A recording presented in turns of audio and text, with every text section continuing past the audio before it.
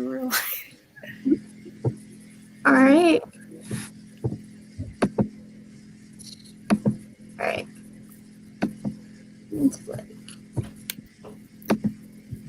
Hey everyone, welcome to my channel. I'm Anna. Welcome to our second broadcast for the Rick Riordan Presents Readalong. So before we introduce our guest for tonight, we're just going to go through and introduce our co-hosts. That's me, right? Okay, sorry guys.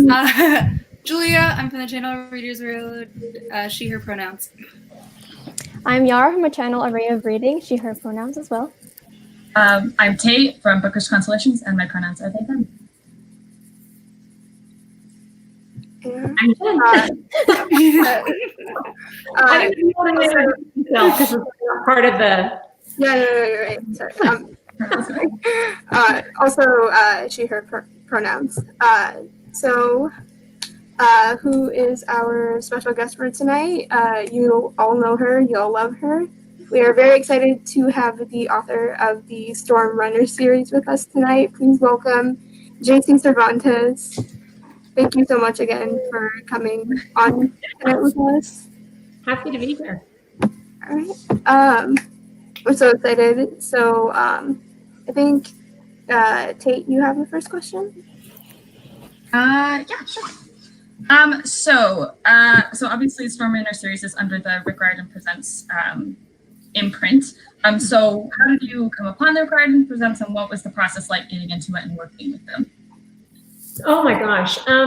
So let's see. When I was one of the inaugural books that came out, one of the first three. And so the imprint was absolutely brand new. And what happened is Disney had sent out basically a call for submissions to agents. And so agented writers were welcome to submit a synopsis and 3 chapters. And so my agent sent it to me and said, hey, do you have anything? Would you be interested in something like this? And I did actually happen to have something that I had been working on, and actually I put it away for a while. And so I pulled it out, I polished it, I sent it to her, and then we got a call. And it was really exciting because I've been a big fan of Rick Riordan's for a really long time, and I've read a lot of his books, including Magnus Chase and Percy Jackson and the Kane Chronicles. And so it was really, really exciting to know that he had read the proposal and the synopsis and the 3 chapters, and that he loved them. So it was really cool. That's so exciting. Awesome. Julia? So with the imprint, if you were to collaborate with any other Rick Riordan Presents author, who would it be, and what would the story be about? Oh, that's putting me on the hot seat. I love them all. I could totally envision stories with all of them. I really could. I have a really soft spot for Boo and Gum Baby, and I love Sal and Gabby, and I loved Rebecca Roanhorse's book, Race to the Sun. I don't know, maybe it makes sense that Rebecca and I would work together because I live in New Mexico and she lives in New Mexico, and so we have that in common. So that would be kind of fun, have them traipse into the desert or something. But I think it would be great to work with all of them. They're just such talented writers, and they're all such great humans. I love that sense of community. Yeah. You're like a part of the cool club. So obviously your series has to do with the Mayan mythology. So I kind of wanted to know what was the research aspect part of that, and how you decided to go about which stories to implement and which stories to not. That's a really big question. I'm of Mexican descent. I was born and raised in San Diego near the Tijuana border. And my grandmother used to tell me all these stories of Mesoamerican mythologies, very heavily Mayan, Aztec. And it's interesting because when I was a kid, I was absolutely fascinated with them. I loved Greek and Roman mythology. I just thought mythology was so interesting, and there were so many scare factors that kids really, really like. And, it's kind of your way of understanding the world. And so I I can remember her really talking a lot about the God of death, darkness, and destruction. And I always wanted her to tell me more stories about it, because on one hand, I was really scared. And then on the other hand, I really wanted to know more because I was scared. And I can remember going to the library at school, and I think I was in the 3rd grade, and I asked the librarian, do we have any books on this mythology? And she said no. And I'll never forget what that felt like, because in my 9, 10-year-old brain, how old are you in 3rd grade? 8, 9, yeah. I can remember thinking, well, these are not important stories, because if they were important stories, they would be in a book. And so what an absolutely incredible, wonderful honor to get to write about them now and to bring it to a wider audience. And so when I started doing the research, oh my gosh, well, I had been to many of the sites. I spent a lot of time in Mexico. And so I had already been to like Chichen Itza and Tulum and some other places, and they had left a really strong impression on me. And so going through the literature, though, was really interesting, because I started to realize the differences in accounts. And so it depended on who was writing the book. You're looking through an American lens. Is it anglicized? Whoever's writing the book, it's their perception, it's their interpretation of those stories. And then to make matters even more complicated, the Spanish colonized this area in the late 1500s, and so all of the records, the written records, were destroyed with the exception of 4 or 5 codices, and even those are not entirely, they're not bound in entirety. And so it's been hard, and when I would say it was probably around maybe the Second World War, when people started stumbling upon these glyphs and looking at them in such a way that no one knew how to interpret or decode them. And so different people made it their life's mission to put together, there's over 800 glyphs. And so imagine, you've seen some of them in the book, imagine someone laying those out on the floor and saying, okay, figure it out. And so they had to utilize what was etched into stone there at the sites and in different archaeological finds. So it was a lot of research. I really appreciated going to an original source like the Popol Vuh. But even that, it was really hard. There's no cohesive narrative. That's kind of a long answer to your question, but it's a really challenging history. And it's just really hard to put together. And so this is my interpretation of that. And I would imagine, even because it's a middle grade series as well, to make that accessible to such a younger audience, it's a really big feat. Yeah. And speaking of younger audiences and reading stuff like that, were you into reading as a kid, and were there favorite group books growing up that kind of influenced your writing, or kind of made you think, hey, I might want to do this as a career? I was an avid reader. My mom tells me I was reading at 4. My grandmother told me, oh, you were reading the Bible at 4. I have a hard time believing that, but you know how grandparents and parents are. They make you like you're this, prodigy child. But I was an early reader, because I can remember my first day of kindergarten and being really upset that we had to read See Jane Win, See Dick Run. It was those kinds of books. And I remember thinking, I already know all of this. And so I loved books. I was a voracious reader. When I grew up, we didn't have access to Amazon, and the only bookstore, if you were lucky, was in the mall, and it was really small. There were no Barnes and Nobles. And really, I don't even think we even had an independent bookstore. And so I spent a lot of time at the library. And then I read the stuff that was on my parents' shelves. So I was reading Steinbeck early. I was reading C.S. Lewis. I was reading, in terms of the children's department, I absolutely loved Judy Blume. I loved Beverly Cleary. There's so many that I really loved Roald Dahl. I think, everyone knows those stories. E.B. White. I could just go on and on. But I don't think that when I was a child, I was a natural storyteller. So the traditions that I come from is very much oral storytelling. And so I was that kid in the neighborhood who would get everyone together, and then I would make up the adventure, and I'd say, okay, Anna, you're going to be Wonder Woman, and Julia, you're going to be Spider-Man. And, I'd go down the line, and then I would, I would make I would anthropomorphize, different things in the neighborhood. And so I was always doing that kind of storytelling, but I never thought of myself as a writer in terms of writing it down. And it just never crossed my mind. I mean, it really wasn't until I was well into adulthood and my youngest daughter asked me to write her a story that I found writing. I love that. Good job, daughter. Yeah, she reminds me all the time. So for like anyone who maybe might be listening and hasn't read the books yet, might not know that our main character Zane is disabled. He has one leg that is shorter than the other, and so he often needs to use a cane, and he can't run very fast on lip and stuff. And so I just wanted to know what kind of the process was of writing this disability, and what kind of was your hope with the portrayal, and just kind of what the whole experience was like. Yeah, so I had certain experiences as a child. I think that we have visible and invisible disabilities, and we cannot always make assumptions about people. I've seen people make that mistake where they think, oh, well, this person is able-bodied or they look absolutely fine, and then we find something else out. And so I had my own bouts with things as a kid, and I can remember what that felt like. And so that was kind of the impetus. And it's interesting because when Zane came to me fully formed, I resisted it. Like I didn't want him to have this physical disability.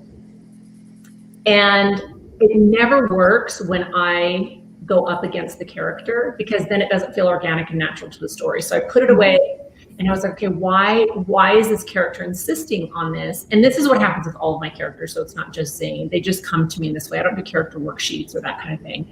And I knew that he was a lonely boy. I knew that he had been bullied because of this, and yet it didn't define him.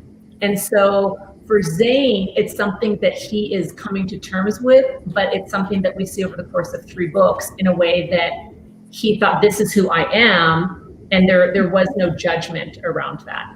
And then I also, I worked with a couple of special education specialists as well. And I interviewed some parents. And so I really did a lot of work around it, a lot of reading. And I'm just so glad that I stuck with that original instinct, because I think it's so incredible to see him come to life on the page. And it was not without its challenges, because I was always thinking, okay, where's the cane? Can Zane do this physical thing? And it ended up working out. I mean, I think it's actually the root of the story in so many ways. And then like going into writing like the book and the story, I'm sure that there's a lot of scenes where you're like, I love this scene, but gotta cut it out. So was there any like deleted scenes that you like really wanted to keep in there, but you had to like sadly cut? That we might see like behind the scenes in like some later behind the like pages. Yeah, there really weren't any scenes that I cut once it got to my editor. So because it was written on proposal, and because my editor and Rick had only seen the first 3 pages, I then had to construct this entire novel really without their eyes on it until it was done. So there were scenes that I volunteered to remove before it went to them, just because it interrupted the narrative, or I would say, how is this showing character? How is it propelling plot? What's really going on here? And it wasn't serving in any way, and so I pulled it. But I can't think of something. Okay, so one of the things I remember in the very early iteration, and I don't even think this came into the first 3 chapters, is the street Zane lived on was going to have a curse associated with it. And there was going to be like this long history about this land, and it wasn't just going to be about the volcano. And then I ended up scrapping it because it had too much backstory and it was too complicated, and there were already enough complications, so I cut that. He's got enough to deal with without a curse. Yeah, exactly. He's got plenty. We can't add another curse to it. It has to be like right. Exactly. One curse at a time, everybody. That's right. So, which character was the most difficult to write, like in terms of appearance, or not appearance, but like personality, backstory? Like, what was the character that like you really had to like go toe to toe with the most? So I actually talked about this last week, and I gave it a lot of thought. It's Zane. I mean, he was my most challenging character. And I think that just because he's the main protagonist and he carries the weight of the story. And so because there's so much responsibility on his shoulders, I think that that's what made it challenging. So, and Zane's in every scene. I mean, it's a first person narrative. So it's not like I even got a break from, okay, now I can pivot over here to these characters. And then there's another character in that we meet in The Firekeeper, Marco. I couldn't stand this kid. I mean, when I started writing him, I'm like, oh my gosh, I'm going to choke this kid. Why is he doing this to me? And he was so annoying for me. And I can't even tell you how much I struggled with him and his decisions and his attitude and his anger. And then I fell in love with him in The Shadow Crosser. So, and he's going to be in the spinoff. So there you go. So we've been getting actually a lot of questions about this, and we've been really curious. If you could just tell us a little bit more about that, about what is happening with Throne of Sand. I'm sorry, with the what? What's happening with Throne of Sand?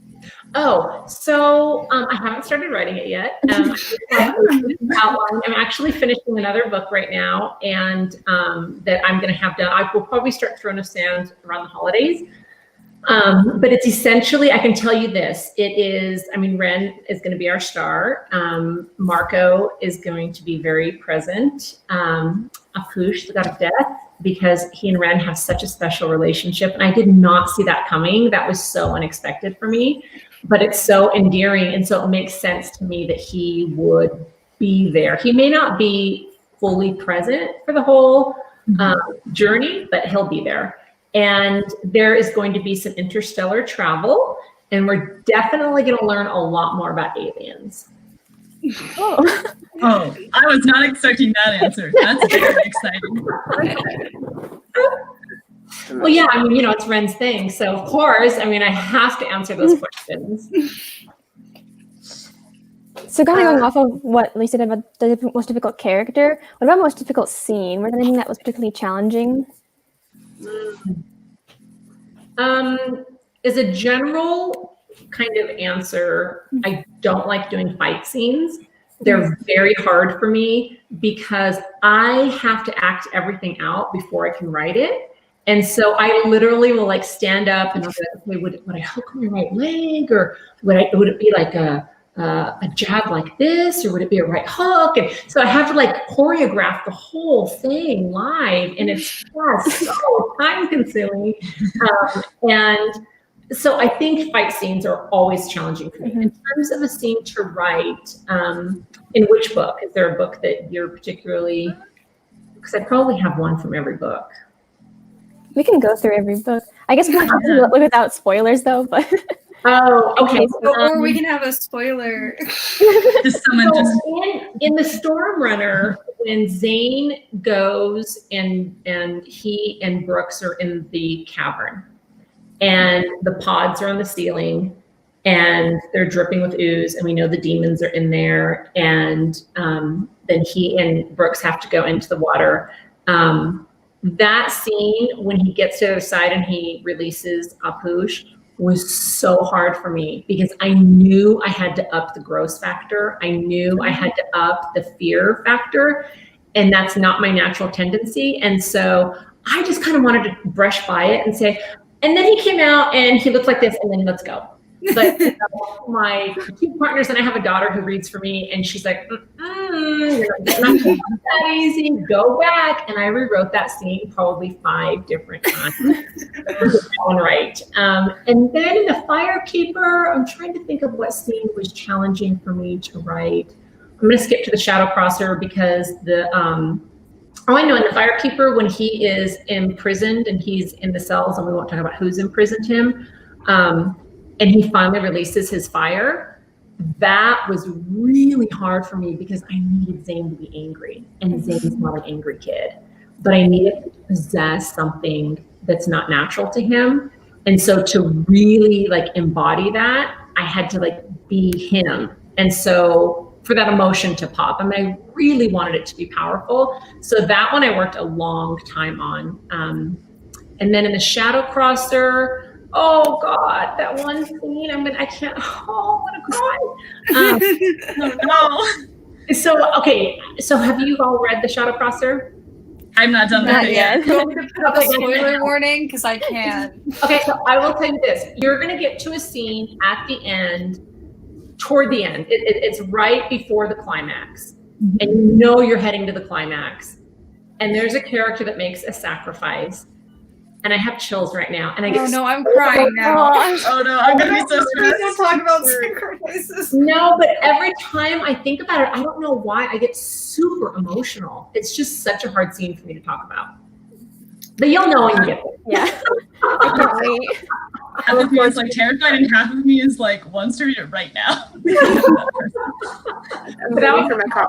That was a tough one. So bringing it back to Mayan mythology, what was was there anything that you found in your research that really surprised you? Just like anything that you newly discovered when you were doing your research? Yeah, that's such a great question. I mean, absolutely. So from a historical standpoint, I can remember feeling very cheated by my own history education because I started learning more about these, when the Spanish came over into the Mesoamerican region and other regions. And then that kind of led me down a rabbit hole of, okay, then they came to Florida and then to Santa Fe and what that meant. And that Spanish was this first language that was actually spoken in terms of before the Anglo-Saxons came. So not thinking about the Native Americans because they had their own languages as well. And so reading about this ancient civilization and how incredibly advanced they were, that is not the education that I got. And so I remember feeling really cheated. And it was really like this reclamation for me of this indigenous world that belongs to Mexico, if that makes sense. And so, looking at the Maya as timekeepers, as astronomers, as engineers, as mathematicians, they were brilliant and their number system was incredible. And actually scientists today have said, their timekeeping was so precise. I mean, it's down to like seconds that they were able to tell time thousands of years into the future with absolute precision. And they did this without telescopes, without observatories. I mean, really following the path of Venus. I mean, it's absolutely astonishing. And I still have so much more to learn, but that was a really, really big surprise. The second surprise, I think, was I didn't realize how many Maya languages there are. And I didn't realize all the different names and stories, and that they were not an empire the way the Romans were. They were separate city-states. So because of that, you had different royalty, whether you were talking about the Yucatan region or Guatemala or Belize, it was all completely separate. And so that made it challenging as well. I mean, I was very much focused on the Yucatan region, but it was fascinating. That's why I love this imprint, though, because we get to learn all the stuff that a lot of history doesn't really only glosses over. Yeah, I agree with you. This is a pretty basic question, but I just want to know what your writing process is like. I know you talked about how your characters kind of just pop in, but I wonder if you like to outline a lot or if you've got to just kind of run for it and see what happens. So I used to do that, Tate. I wrote myself into corners, and it was really a frustrating experience. So I actually learned to be an outliner. And so when I say I outline, I think every author does things differently. And so, 5 of us will say we're outliners, but we're all going to outline, in different ways. So for me, I just need to know, I always have the first scene in my head, always. It doesn't matter what book I'm writing. I always know the opening scene, and that's usually the scene that tells me what the book is going to be about. And so this book that I'm writing right now, for example, is a young adult novel, and it was a deathbed scene that would leave me alone. And so I had to write it, and then here I am. And I always know the last scene. I always know how the book's going to end. There's never a surprise. And then I just have to figure out, okay, how do I get from here to here? I usually will have 5 or 6 pinch points, tension points, conflict points. Those are pretty fluid. I like to leave a lot of space to surprise myself, because I know for me, if I know every single thing that's going to happen, that I'm going to get bored as the writer. And if I'm bored, I guarantee you every reader's going to be bored. board. So I want to, and that's what keeps me going, is sometimes I want to keep writing. So, oh my gosh, I can't wait to see what happens next. And then it's always fun when a surprise comes that you didn't anticipate. So that's what I do. And then I'm very visual. I like to use a big poster board, and then I use Post-its, and I kind of draw arrows and that kind of thing. And that's really helpful to me. I'm imagining like you've seen like the It's Always Sunny in Philadelphia, like that scene where he's like got like all the things connected on the wall, and he's like, just like, oh, and then he'll go, and it goes here, and then that happens, and that's how we get here. That's exactly right. And then that happens. That's the right thing. And then the red string connecting it all. Final moment. Solving a crime. So, do you have any advice for anyone who wants to write middle grade? Gosh, you know what? There's so much advice out there for writers. You know, I keep it really basic, really truly. Read, read, read, and read. And read widely. Do not just read. Read multiple genres and age groups. So don't just read middle grade fantasy, but read middle grade sci-fi, speculative fiction. You know, read adult romance novels, read action. I mean, one of the things that I do is I like to force myself. I read a lot of nonfiction as well. It's really helpful because I will often tell people, okay, if you really, really want to get good at pacing, read an action or a mystery novel. If you really want to get good at dialogue, read a romance novel. If you really, and so I think we learn something from each of those. So read widely. I actually used to get books that I loved, and I would outline somebody else's book. So in the way that I outlined mine, I was trying to learn, like, how did they make me love that character? Like, what did they do with that character? And I would actually draw a character arc, and then I would outline, like, this is what happened in chapter 1, this is what happened in chapter 2, so I could kind of see the pacing. Okay, that's where a pinch point is. And so that was really helpful to me. And I'm not saying that other people have to do that, but I learned, I'm a very tactile learner. And so that was really useful to me. And then sit down and just write without judgment, write without abandon. Don't worry about what people are going to think, just write and find something that you absolutely love, because writing a novel, you have to love the characters and the plot, because you're going to spend every day for months with them. So I was also wondering if was there any differences that you noticed when you were writing YA versus middle grade? You know what? A little bit. So one of the so this is my second YA that I'm writing right now. The other one, even though one comes out before the other. So the other one I turned in March, and it's kind of a dark curse book. It's part of a quartet. 4 authors are penning it. I have book 3, and that, because it was so dark, it was very heavy for me.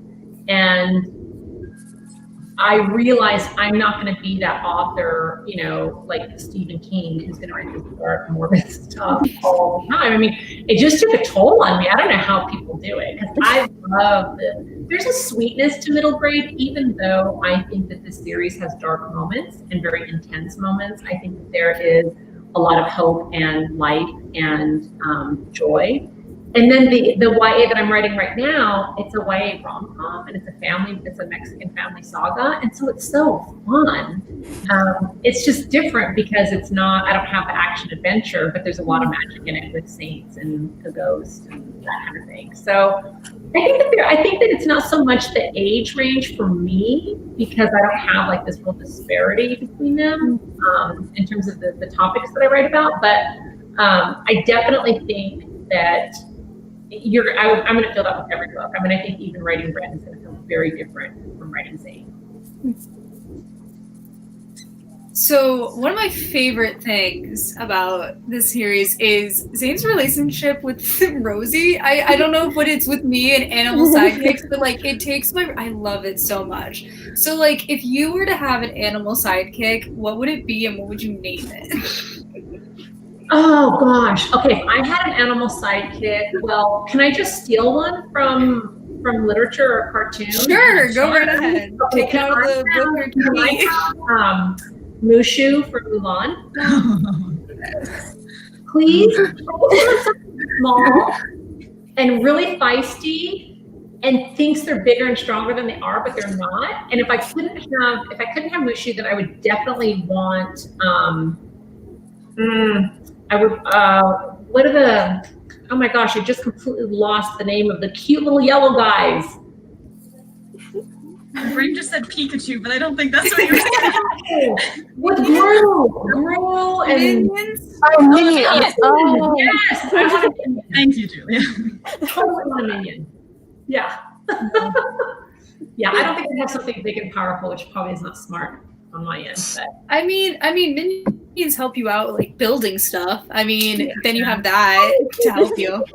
they're so cute. I like cute little things. So yeah, that's what I would do. I love that. So like I'm really excited for your YA romance. I'm just curious, like, what is it like bouncing around from like something like the Storm Runner to like an entirely different like demographic and a new genre, or just like a different genre? Like, what's that process like, and like how do you go between like writing like something like that and then like going to a fantasy? Like, how do you manage like those multiple projects and like ones that are like very different from each other? Yeah. You know what? It goes back to what I was talking about earlier, in that you have to love what you're writing. And so that particular book that you mentioned is about three sisters, and their last name was Granados, and I love the Granados girls. They're so funny. And this particular book is about the youngest, and so I'm the youngest in my family. So are any of you younger? Are any of you babies? Okay. So you make everything. You're spoiled. They think you're the parents' favorite. You know, it's the whole thing. So I think you have to be in love with what you're writing. And I'm working on a short story right now too that's really dark, and it's actually kind of this kind of folklore that I'm inventing around Mexican mythology, in these beings that when a human dies, they suck the darkness out of the humans. So we all have fears, and we have, you know, anger and hate and, you know, all of these negative emotions as part of being human. And so this world that I'm writing, humans are not allowed to, their souls aren't allowed to pass on unless all this darkness has been extracted. So what does that mean for these monsters who have to drink this darkness? And that has the most depressing ending. And I'm like, Mom, I can't send it to you. Like, you're gonna get really upset with me, because she can't wait till I finish a book. She wants to read stuff as I'm writing. And so I'm almost done with this young adult about the Granados girls, and I've let her read like the first 180 pages. Well, I'm not ready for her to read the next 100 pages. And she called me up, and she only lives down the street. So she calls me up and she's like, I need the rest. I'm like, Mom. So we get into this argument because I'm not doing it fast enough for her. And like, she thinks they're all totally real. And I know the stuff she can handle and she can't, because she'll call me up and she'll say, I cannot believe you did that.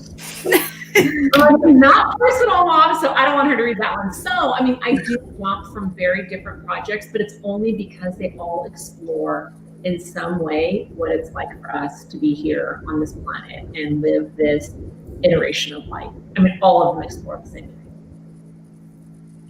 I love that. You've got like your own like record, like someone to actually like keep you on pace, because if you're not going fast enough, you're gonna be wow. Did you write today? How much did you write? Did you send it to me? Yeah. Did you get your word count? We don't need that accountability. No, and she withholds from me. You know, she's like, well, I'm not going to pick such and such up at the store. I'm not going to bring you any soup. Or I'm not gonna... I was like, wow. Oh, I love your gosh. I need her. I need her to get help me. Yeah, can she do that when I like can't do homework? Like, you have to finish this chapter. So then you can really... Yeah, it's nice to have someone like that, I guess. Yeah. So obviously, Stormrunner is the conclusion of this. Sorry, not Stormrunner. Shadowcrosser. It'd be very funny if Stormrunner was the end of the first book. Shadowcrosser is the end of the series, and you are going to have kind of take some of the characters and have them go. But what has it been like finishing the series, both like finishing it, writing it, and also just kind of experiencing, just like, okay, here you go, it's out in the world, I'm done. Yeah.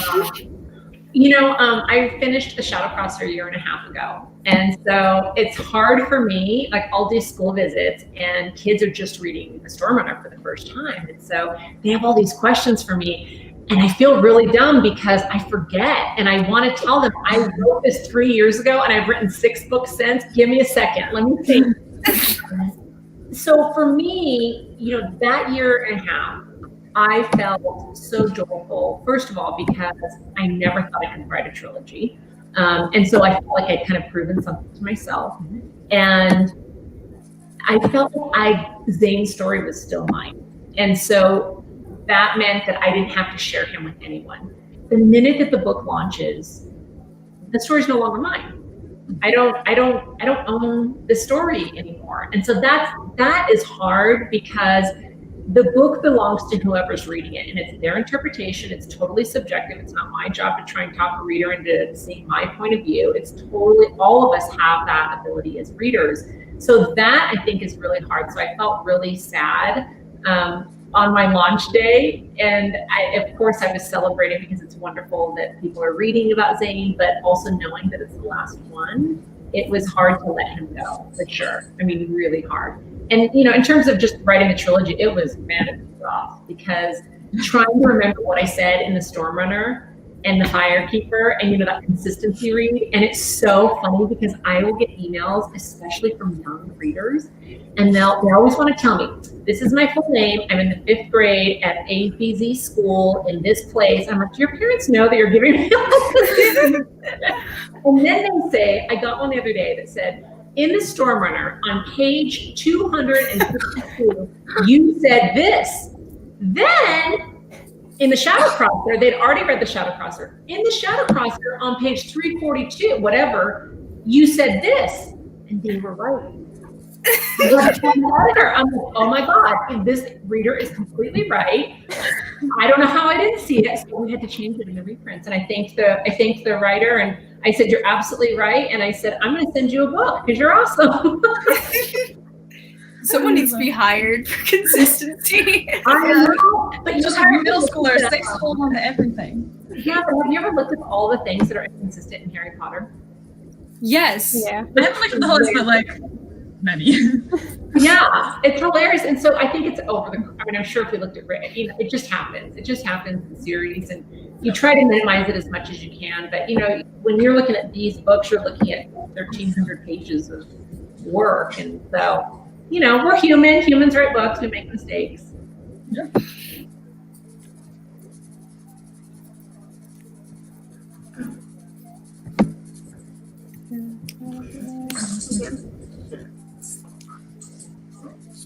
Is it Yara? Sorry. Oh, sorry. I couldn't see.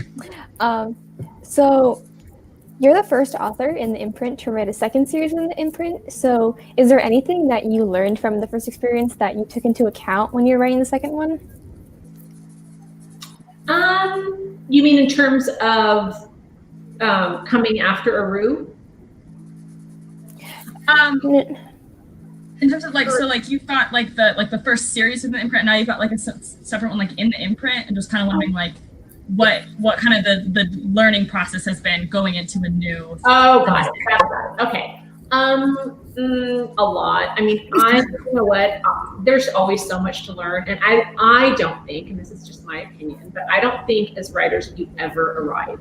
I don't think as artists, there's never a moment where you're like, okay, crown me because I finally got there. I think that we're always learning, and I know for me, writing is my way of understanding the world, my place in the world, and making meaning of this life. And so when I think about, I'm obviously going to have to connect a lot of dots between, from the moment that we found Ren in the Firekeeper. So, knowing all of her scenes, all of her magic, and creating the back magic that is part of her Mujeria is going to be, with the shadows, is going to be amazing. And so it's going to be probably more research than when I wrote this trilogy, just because there's going to be so many moving parts. And Zane will make some appearances, I think, just because I'm ready to let him go. So I definitely think one of the things, because Ren's is a duology, I think on that side of things, I think it's definitely going to be more manageable. And I've already outlined both books. And when I wrote the Storm Runner, I didn't have the contract for the Firekeeper and Shadow Crosser, so I didn't know it was going to be a series. So that was challenging too, because I couldn't kind of outline all 3 books. But I'm looking forward to it. I'm super excited. I feel myself kind of like building the momentum where I'm like ready to kind of send this other way to my editors so that I can get back into Ren's world, because I just think she's so much fun. Oh, that's so exciting. Awesome.